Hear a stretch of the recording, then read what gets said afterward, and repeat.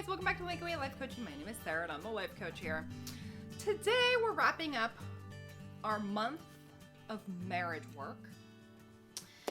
You guys, I have loved learning and talking about the five love languages with you, and I just wanted to close with some thoughts about marriage. I heard a fantastic interview the other day with Carey Nieuwhof, very difficult, and his wife, Tony, who was wonderful. Their last name, though, is too hard to talk about. Anyways, Tony has just written a book about, she's a divorce lawyer, mediator, and basically how to, think about saving your marriage. And boy, what a great interview. It was on Typology, which is my favorite podcast by Ian Morgan Cron's Enneagram podcast. He's so good. Anyways,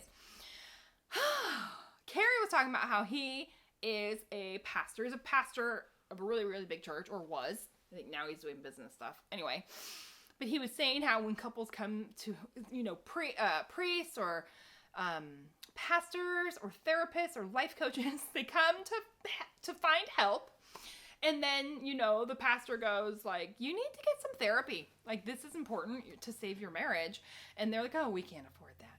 And then Carey said something so funny. Well, do you know how much a divorce is going to cost you? Because divorces are astronomically expensive, and actually therapy is a lot cheaper, so find the money. I thought that was really wise.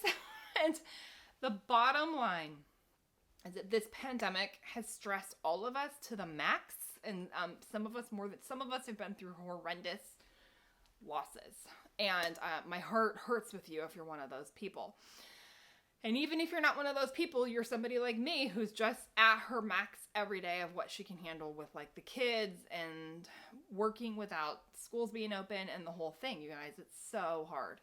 So all of us are super stressed, and it takes a toll on a marriage. There's also this thing that I keep talking about coming up where suddenly the division of labor in a marriage is really apparent, especially if everybody's working from home.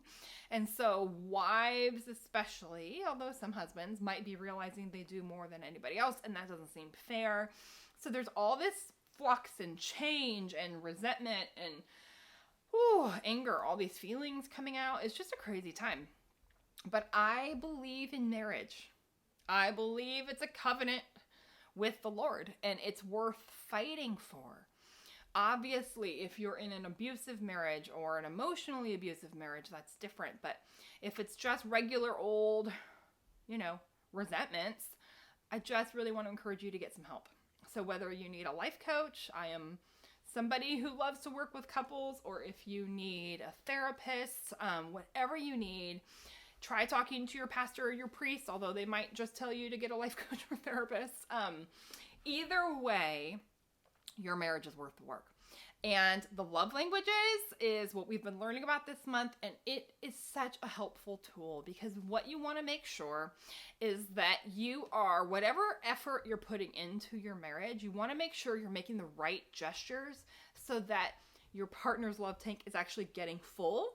Because like I kept saying every Monday, if we're loving our partner in the wrong way that doesn't fill them up, it's wasted energy. And none of us have any time or energy right now to waste. So let's be efficient. Let's find out our partner's love language. Let's work to conscientiously fill up their love tank.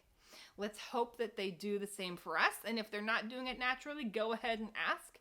Because one of the biggest mistakes people make is just hoping things will change. But the partner needs a little bit more guidance. So we can just be bold and say, I really need you to read this book. And here's my love language, and here's a list of things that you can do to love me, and I need you to do it. That's very vulnerable, okay? You're really putting it out there if you say that. But the reality is, to get the life that you want and the marriage that you want, you might need to do that, okay? Spouses are not mind readers. Thank you for joining us. This has been a really fun series. Come back in April. We're going to have a brand new topic to talk about every single Monday. That's free life coaching. What more could you want? Make sure you subscribe below so you don't miss any videos.